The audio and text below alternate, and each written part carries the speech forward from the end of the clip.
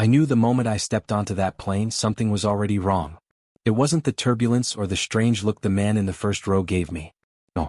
It was the way the air hostess's eyes landed on me like I had already done something wrong, like I didn't belong there. I felt it in the pit of my stomach, that kind of weight you carry before anything has even happened, the way you just know the night is going to turn into a story you'll never stop telling. My leg was fractured, still swollen under the brace, and the pain never really let me forget it. I had my crutches tucked under my arms, moving slower than everyone else in the boarding line. People behind me sighed and shuffled impatiently, but no one said anything out loud. Except her. She didn't need to speak. Her eyes did it for her. Cold, sharp, irritated eyes. She was tall, perfectly dressed, every strand of her hair pinned back like it had been glued in place, and her smile wasn't a real smile, it was the kind of smile that told you she didn't mean a single word she said. When she looked at me, it was as if she was already exhausted by my existence. "Sir, can you please move faster?" she said when I reached the cabin door. Her voice was sweet, but that fake sweetness cut deeper than if she had just yelled. My crutches clicked against the floor, awkward and uneven, and my backpack kept slipping from my shoulder because I couldn't balance properly. "I'm trying," I said, my voice low. I didn't want to cause a scene. The last thing I needed was everyone staring at me while I struggled down that narrow aisle. But she wasn't having it. Her smile didn't drop, but her words came sharper this time. "Passengers are waiting behind you. You'll need to sit quickly." That's when the man behind me muttered something under his breath. I couldn't catch all of it, but the words "holding everyone up" sliced through my ears. My face burned hot with shame. My fractured leg already made me feel slower, weaker, like less of a person, but hearing it out loud was like being pushed down even further. I found my seat halfway down the aisle. My heart was racing just from that short walk, but when I turned to place my bag in the overhead bin, the hostess was right behind me again. She sighed, loud enough for people around to hear. "Do you need help, sir? Or will you be able to manage by yourself?" It was the way she said it, not the words themselves. Like I was a child. Like I was a burden. I wanted to disappear right then, but I forced myself to shake my head. "I've got it," I whispered. I struggled to shove my bag overhead while balancing awkwardly on my crutches. She didn't help. She just stood there watching me fumble, her perfect red lips twisted into the smallest smirk. Finally, I dropped into my seat, my fractured leg stretched out in front of me as far as the cramped space allowed. I thought that would be the end of it, that I could just close my eyes, survive the flight, and forget the whole thing when I landed. But I was wrong. So wrong. That was only the beginning. The way she kept coming back, the way her words got sharper each time, the way every little thing I did seemed to annoy her. By the time the plane was in the air, I realized this wasn't just about me being injured. This was personal. She had decided from the moment she saw me that she didn't like me. And now she had me trapped thousands of feet in the air with nowhere to run. I remember the way the air inside the airport seemed heavy, even though it was cool and filled with the constant hum of announcements echoing from the speakers. My leg was already throbbing from the walk through the terminal, and every step I took on those crutches felt like a battle I was losing. People stared sometimes, not in a cruel way but in that quick glance kind of way where they look at you, then quickly look away as if they feel guilty for noticing. I kept my eyes down, trying to ignore the stares, but deep inside I could feel the tension building. Traveling with a fractured leg wasn't something I had prepared for. I thought maybe it would be manageable. Maybe the staff would understand. Maybe they'd help. But what I didn't know was that the flight itself would turn into one of the most humiliating experiences of my life. By the time I reached the boarding gate, my arms were sore from holding myself up on the crutches, and my hands were already marked with red lines from the pressure. I handed my boarding pass to the woman at the counter. She gave me a quick look, her eyes lingered on the crutches, and for a moment, I thought she might offer help or even just a kind word. Instead, she forced a smile and waved me through, as if my situation didn't matter at all. My stomach sank. I brushed it off, telling myself, "It's fine. Once I get on the plane, I'll just sit down and it'll all be okay." But I couldn't have been more wrong. Walking down that narrow jet bridge felt like walking a mile. The air was stale and the slight incline made it harder than I expected. I could hear the muffled sounds of the cabin crew talking inside the plane before I even stepped in. My heart was racing, not because of nerves about flying but because I just wanted to sit down and stop feeling like I was in everyone's way. When I finally stepped into the aircraft, I was met with the forced cheerfulness of the air hostess. She glanced at me and I caught something in her eyes, something sharp like irritation she didn't bother hiding. It was only a second, but it was enough to set off a quiet alarm in my head. I tried to push it aside. As I hobbled down the narrow aisle, people were already seated, watching me struggle. My crutches kept knocking against the armrests, and each metallic clang made me feel smaller. I could feel my face heating up, my chest tightening with embarrassment. Still, I kept moving, repeating in my mind, "Just get to your seat. Just get to your seat." Then, just as I reached my row, I heard her voice, the hostess's voice, sharp, cutting through the low murmur of passengers. She said something I'll never forget, something that made me freeze in place, my hands tightening on the crutches. Her voice was loud enough for the passengers around me to hear, and that made it 10 times worse. She said, "You need to hurry up, you're holding everyone else back." The words stung like a slap across the face. I froze for a second, my mind scrambling to process what she had just said. Here I was, balancing painfully on one leg, sweating from the effort of dragging myself down that cramped aisle, and instead of helping me, she decided to humiliate me in front of strangers. I could feel the heat rising in my cheeks. My chest felt heavy, like every pair of eyes in that plane had just burned a hole straight through me. I tried to ignore her and move faster, but the aisle was so narrow, and my crutches kept catching against the seats. The sound of them scraping against metal echoed through the cabin, amplifying my humiliation. A man in the row beside me shifted uncomfortably, pulling his legs in as if I was a nuisance. A woman gave me this quick, pitying smile, but even that felt suffocating. I didn't want pity. I just wanted to sit down and disappear. I could still hear the hostess muttering behind me, something about people making excuses, or not being prepared for travel. My grip tightened around the crutches so hard that my knuckles turned white. When I finally reached my seat, I tried to sit down quickly, but lowering myself into the chair with one leg in a cast wasn't exactly smooth. My bag slipped from my shoulder and landed on the floor with a dull thud. Before I could even reach for it, the same hostess leaned down, not to help but to hiss quietly, "You need to learn to manage yourself. You're disturbing everyone." I looked up at her in disbelief. The fake smile she had plastered on when greeting other passengers was gone. All I saw was irritation, sharp and cold, directed at me as if I had personally ruined her day. My throat tightened and I wanted to say something back, but the words just wouldn't come out. It was like my body had betrayed me. My mind screamed, "Defend yourself. Don't let her talk to you like that." But nothing left my lips. Instead, I sank back into the seat, staring down at my hands as if they had answers I couldn't find. The cabin noise returned, luggage compartments slamming, seatbelts clicking, but for me it all felt distant, muted. All I could hear was her voice, repeating in my head like a cruel echo, "You need to learn to manage yourself." That was the moment I realized this flight wasn't just going to be uncomfortable. It was going to be a battle. Not against my broken leg, not against the physical pain, but against the cold cruelty of someone who was supposed to help me. As the plane began to fill up, I kept my eyes glued to the tray table in front of me. I didn't want to make eye contact with anyone, not even the passengers sitting beside me. The humiliation from earlier still clung to me like a second skin. My leg was throbbing under the cast, and every little jolt of pain reminded me how vulnerable I really was in that moment. The worst part wasn't the physical ache, though, it was the way I could feel her presence. Even when she wasn't standing near me, it was like I could sense her somewhere behind me, watching, waiting for another chance to cut me down. I tried to distract myself by adjusting my seatbelt, fumbling with the buckle until it finally clicked into place. But that small sense of relief didn't last. Out of nowhere, I felt a sharp tap on my shoulder. I looked up and there she was again, her face stiff, her tone clipped. "You're going to need to move your crutches," she said. "They can't block the aisle. It's a safety hazard." Her voice was loud enough for people nearby to hear, and immediately I felt all eyes shift toward me again. I wanted to explain that I had positioned them carefully, tucked as best as I could into the tiny space, but she didn't even give me the chance. She just stared at me, arms crossed, waiting like I was some kind of child misbehaving. My chest tightened as I bent forward awkwardly to reposition the crutches. The cast made it nearly impossible to move smoothly, and my bag kept slipping from under the seat as I tried to make room. Every small struggle seemed to amuse her, or maybe frustrate her, because I caught the faintest smirk on her lips before she walked away. That smirk burned into me worse than her words. It wasn't just annoyance anymore, it felt personal, like she had chosen me as her target for the flight.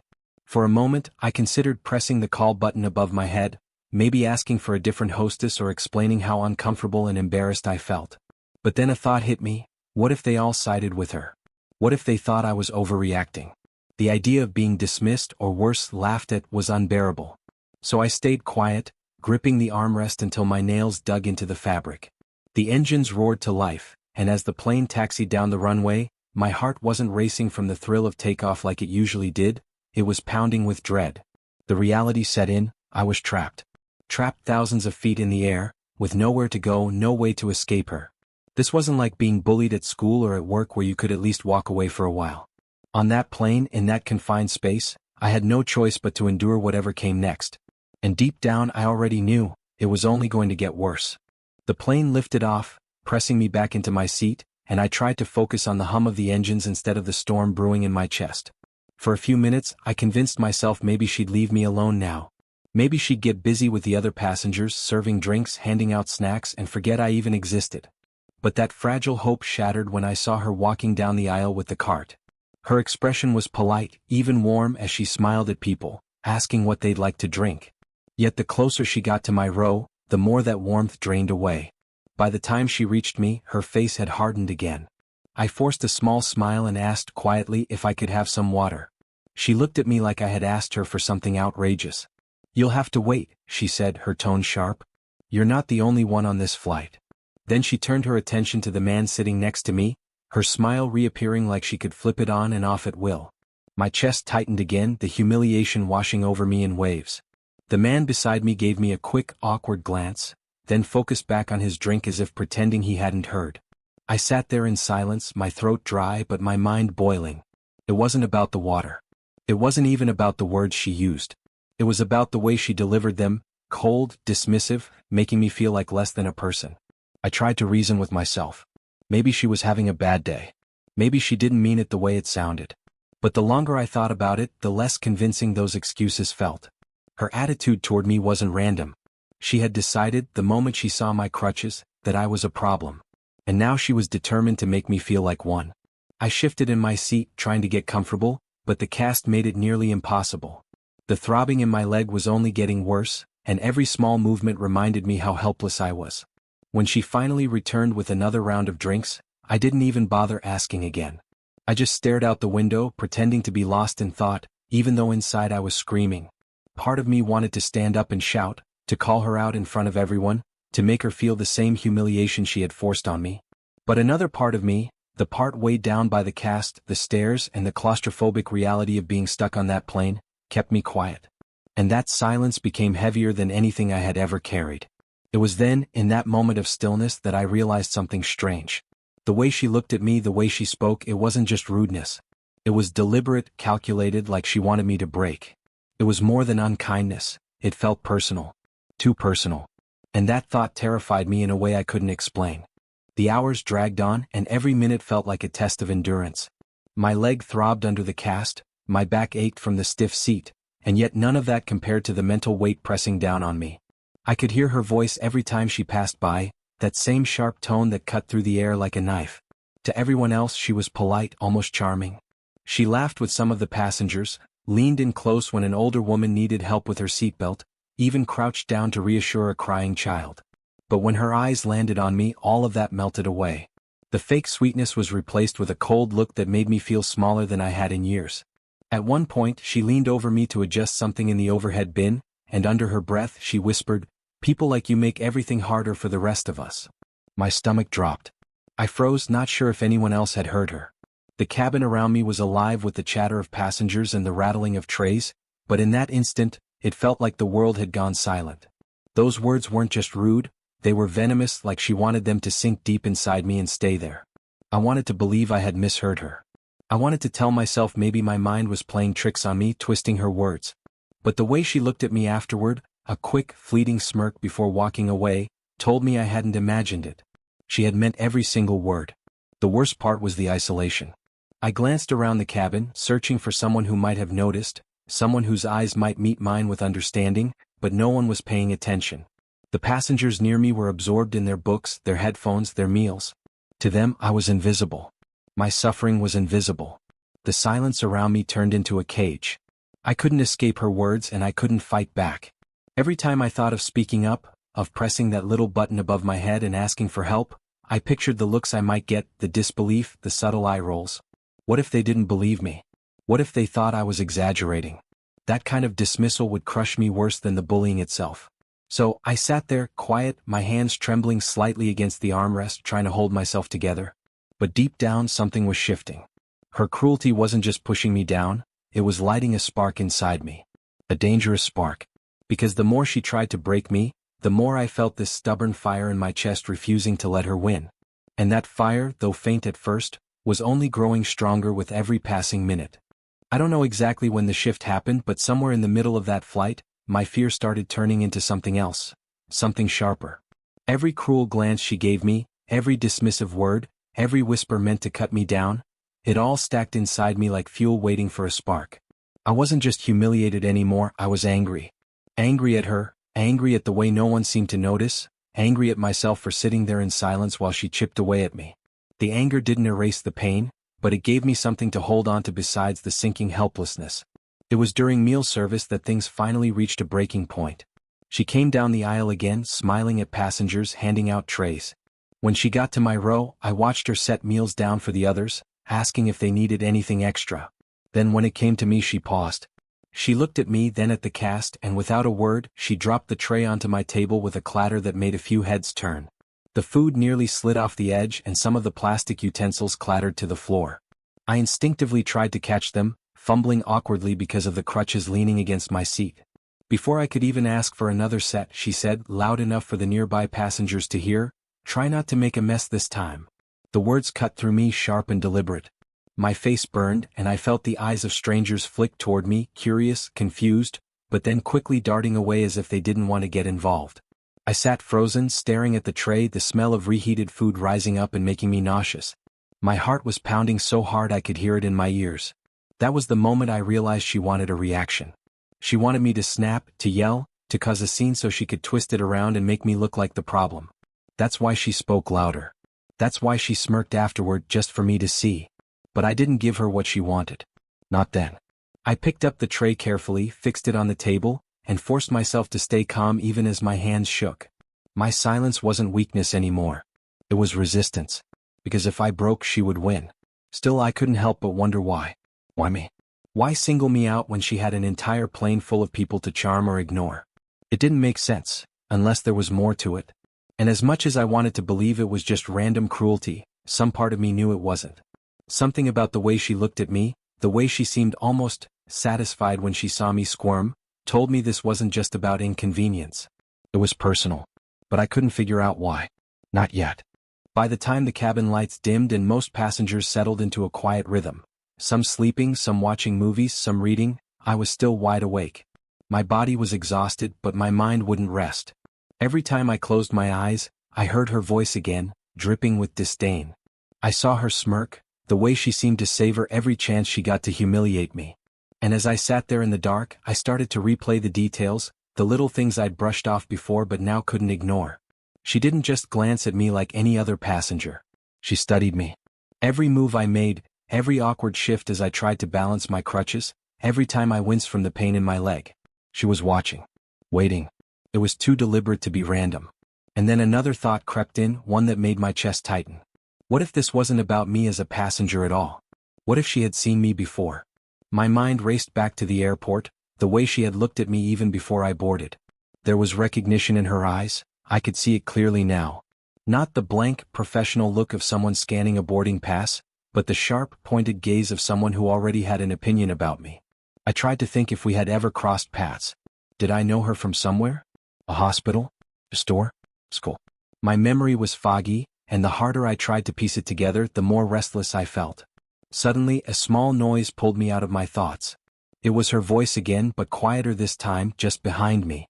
I turned slightly, pretending to adjust my seat, and caught a glimpse of her leaning down toward a passenger a few rows back. She was whispering, and the man she spoke to gave a small nod, not even looking in my direction. My stomach dropped. Was I imagining things? Or was this more than just cruel remarks and cutting stares? The whispering, the looks, the way she seemed to zero in on me, it felt like a pattern, like there was something happening just out of my reach. Something I wasn't supposed to see.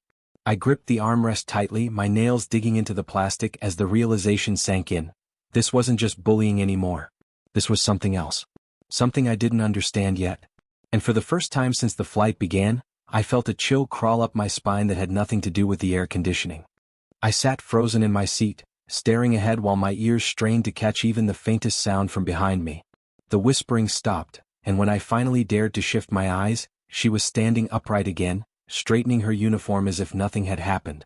But when she turned to walk back up the aisle, her gaze locked onto mine for the briefest moment. Cold. Calculated.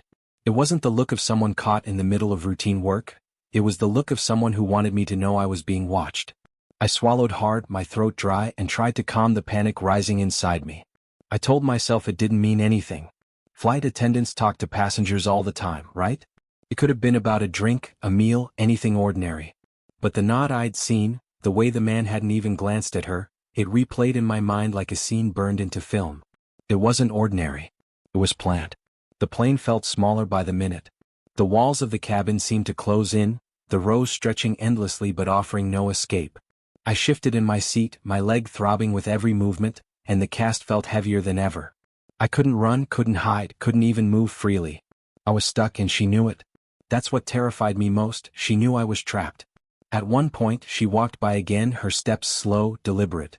She stopped right next to my row, leaned slightly over the cart, and in a voice barely above a whisper said, "You really shouldn't be here." My blood ran cold. The words were simple, but the way she delivered them made my skin crawl. It wasn't a suggestion. It wasn't concern. It was a warning. I clenched my jaw, forcing myself not to react, but inside my thoughts were spiraling. What did she mean? Shouldn't be here on this flight? Shouldn't be here in this seat? Or, shouldn't be here at all? The possibilities twisted in my head, each one worse than the last. I looked around again, hoping someone else had caught it, hoping for even a flicker of recognition from another passenger, but nothing. Everyone else seemed oblivious, lost in their own little worlds. To them it was just another flight. To me it felt like I had been singled out in the middle of the sky, a target I couldn't understand. The engine's steady roar was the only sound filling the silence between my racing thoughts, and I realized I was gripping the crutches against my legs so tightly my knuckles had turned white. Something was very, very wrong. And deep down, I knew the worst part hadn't even happened yet. The flight dragged on like a nightmare I couldn't wake from. Every time she passed by, I braced myself, wondering what she'd say next, what little jab she'd throw, or what silent threat she'd let slip under her breath. My body was sore, my leg pulsing in pain, but it was my mind that was breaking. I couldn't shake her words, "You really shouldn't be here." They replayed again and again until they felt like they were carved into me. When the captain finally announced our descent, the cabin filled with that restless shuffle people always make, seatbelts clicking, bags shifting, murmurs of relief that the flight was nearly over. For everyone else it was routine. For me it was survival. I kept telling myself, just a little longer, just get through the landing, then you'll never have to see her again. But even as I repeated it, doubt twisted in my gut. As the plane dipped lower, the city lights glowing faintly beneath the clouds, she passed through the aisle one last time, checking seatbelts and trays. When she reached me she paused just long enough to lean close. Her voice was low, steady, filled with something that felt heavier than all her other remarks. "You'll remember this flight," she said. No smirk this time. No sarcasm. Just those words, like a promise, or a threat. I froze. My pulse hammered so loud I could barely hear the captain's instructions. I wanted to ask her what she meant, to demand answers, but the look in her eyes kept me still. It wasn't hate. It wasn't annoyance. It was something darker, like she knew something I didn't. And then she moved on, her heels clicking down the aisle like nothing had happened. The plane touched down, wheels screeching against the runway, and the cabin filled with the usual applause and sighs of relief. But I didn't clap. I didn't even breathe until the engine slowed and the plane rolled to a stop. Passengers stood, stretching, laughing, gathering their bags. I waited, letting the crowd thin, not wanting to struggle with my crutches while everyone pushed past. Finally, I rose, balancing awkwardly as I pulled myself into the aisle. She was there at the front, smiling again, thanking passengers as they left. Her mask was back on, sweet and professional. But when my turn came, she didn't say a word. She just held my gaze for a few seconds too long, her smile never reaching her eyes. I hobbled past her, every step heavy, and the second I was out of the plane, it felt like I could breathe again. But even now, long after that flight, her words still haunt me. Not the insults, not the smirks. Those were easy enough to dismiss. It's the last thing she said, the way she said it. "You'll remember this flight." And she was right. I do. More than I ever wanted to.